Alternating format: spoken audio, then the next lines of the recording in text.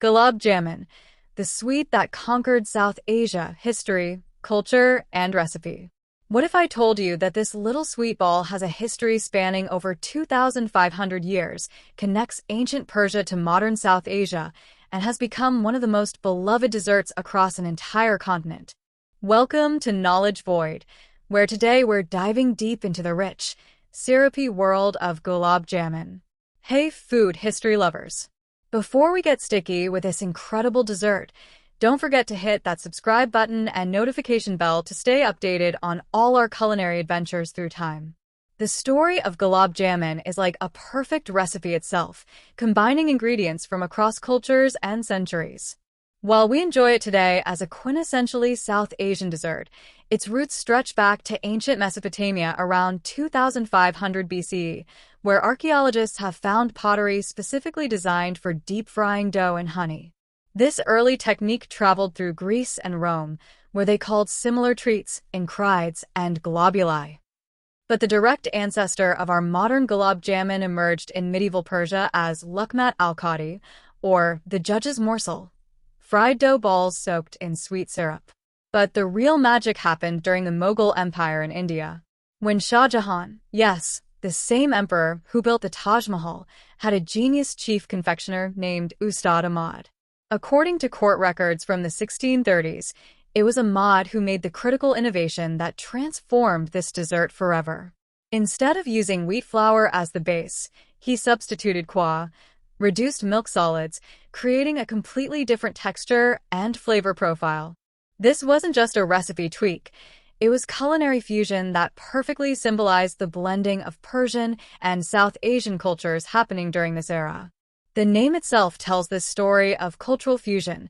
Gulab is Persian for rosewater, while jamun refers to a purple South Asian fruit similar in shape to these sweet dumplings.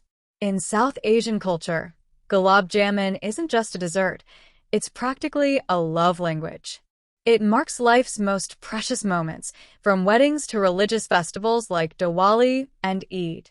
In traditional North Indian weddings, there's a beautiful custom where the new bride serves Gulab Jamun to her in-laws, symbolizing the sweetness she brings to the family. During Diwali, its golden color and round shape represent prosperity and completeness. Offering Gulab Jamun to guests is considered the highest form of hospitality. The quality and quantity served subtly indicates the importance of the visitor. And yes, serving subpar Gulab Jamun can actually be considered a social faux pas. Talk about dessert pressure. As this dessert spread across South Asia, each region added its own twist. In Bengal, you'll find elongated versions called panchua and ladakini, the latter actually named after Lady Canning, wife of a British Governor-General in the 1850s. In Hyderabad, there's double ka meeda, a bread-based variant reflecting the region's unique Nizami court influences. Beyond its cultural impact, Gulab Jamun represents a massive economic force.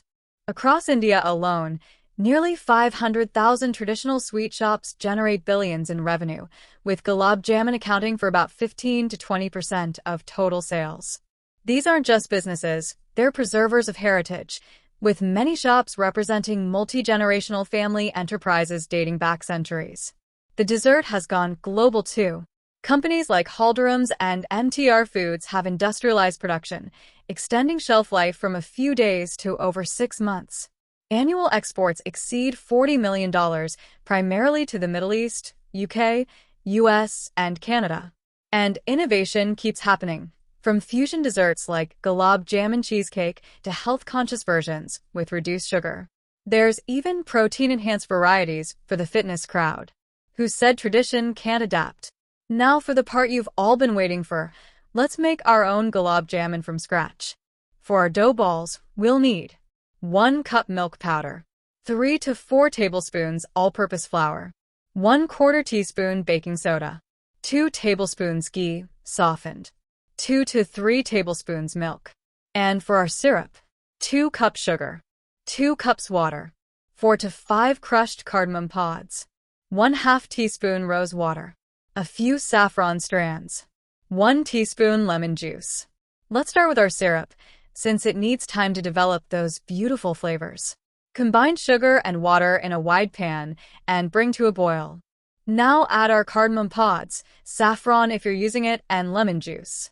The lemon juice is crucial. It prevents the sugar from crystallizing. We'll simmer this for about 5 to 7 minutes until we reach what's called a one-string consistency. Here's a traditional test. Dip your thumb and forefinger in the syrup, then pull them apart. If you see a single thread form between them, you've got it perfect. Now turn off the heat and add our rose water, which gives that signature fragrance. For our dough, combine milk powder, flour, and baking soda. Mix well, then add our softened ghee and mix until it looks like breadcrumbs. Now gradually add milk, just a little at a time. The key here is gentle kneading. We're not making bread. Overworking the dough will make your jamons hard. We want a soft, smooth dough that's neither too wet nor too dry. Cover and let it rest for about 10 minutes. This relaxes the gluten and makes the dough easier to work with. Now divide the dough into small portions and roll them between your palms. The traditional size is about an inch in diameter. Make sure there are no cracks on the surface. That's crucial to prevent them from breaking during frying. Heat oil or ghee in a deep pan over medium-low heat. To test if it's ready, drop a small piece of dough. It should rise to the surface gradually, not immediately. The temperature is absolutely critical here. Gently slide the dough balls into the hot oil and fry on low to medium heat, constantly stirring with a slotted spoon for even browning. We're going for a deep golden brown, which takes about 5 to 7 minutes. When they're done, remove them with a slotted spoon and immediately transfer to our warm sugar syrup. Let them soak for at least 1 to 2 hours. They'll literally double in size as they absorb all that sweet, aromatic syrup. I like to serve mine warm with a sprinkle of crushed pistachios. For special occasions, you might add a touch of edible silver leaf, known as bark, or even pair it with a small scoop of vanilla ice cream for a modern twist. That perfect combination of crisp exterior giving way to a spongy interior soaked with aromatic syrup. This is why Gulab Jamun has endured for centuries and crossed continents. What I love most about dishes like Gulab Jamun is how they tell stories of human connection. This dessert represents the beautiful fusion of Persian and South Asian cultures, reminding us that some of humanity's greatest creations come from cultural exchange. From ancient Mesopotamian frying techniques to the innovation of Shah Jahan's chef, to the modern global dessert we enjoy today, Gulab Jamun is more than food. It's living history on a plate. What's your experience with Gulab Jamun? Have you tried making it at home? Or do you have another traditional dessert from your culture you'd like us to explore? Let me know in the comments below. If you enjoyed today's sweet journey through history, please hit that like button, subscribe to Knowledge Void, and share this video with fellow food history enthusiasts.